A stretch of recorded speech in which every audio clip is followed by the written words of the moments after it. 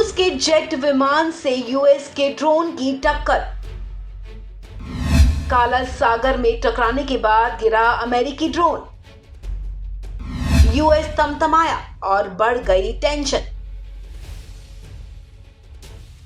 Ukraine युद्ध को लेकर रूस और अमेरिका के बीच जारी टेंशन को लेकर अब एक बड़ी खबर सामने आई है। खबर है कि काला सागर में एक रूसी जेट और एक अमेरिकी ड्रोन के बीच जबरदस्त टक्कर हुई है। अमेरिकी सेना ने ये जानकारी दी है।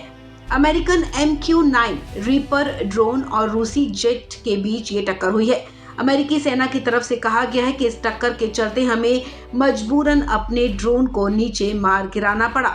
रिपोर्ट्स के मुताबिक ड्रोन अंतर्राष्ट्रीय एयर स्पेस पर रूटीन ऑपरेशन पर था। इसी दौरान दो रूसी जेट ने इसका रास्ता रोकने की कोशिश की। रूस ने ये असुरक्षित और अव्यावसायिक हरकत की है, जिसकी वजह से एक फाइटर जेट गिरने से बचा और एक ड्रोन क्रैश हो गया।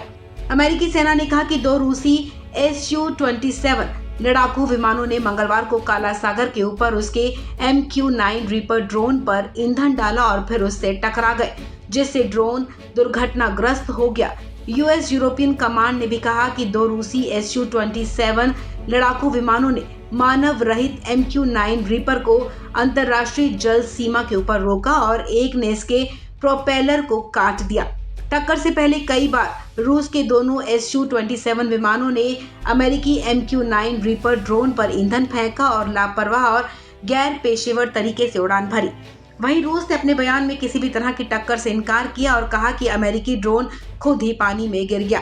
वहीं इस घटना के बाद अमेरिका ने रूसी राजदूत एनातोली एंटोनोव को समन जारी कर कड़ा विरोध जताया है। इसके साथ साथ अमेरिका ने रूस के विदेश मंत्रालय को मैसेज भेजकर घटना पर कड़ी आपत्ति जताई है। यूएस यूरोपियन कमांड की तरफ से कहा गया कि ये टक्कर रूसी पायलट के गैर परंपरागत तरीके के चलते हुई है। अमेरिकी वायुसेना यूरोप और अफ्रीका के कमांडर जनरल जेम्स हैकर ने कहा कि ड्रोन के दुर्घटनाग्रस्त होने के पीछे रूसी जेट की तरफ से की गई कार्रवाई है। उन्होंने कहा कि MQ-9 एयरक्राफ्ट अंतर्राष्ट्रीय एयर स्पेस में रूटीन ऑपरेशन कर रहा था और इसी दौरान रूसी एयरक्राफ्ट इससे टकरा गया, जिसकी वजह से ये क्रैश हुआ।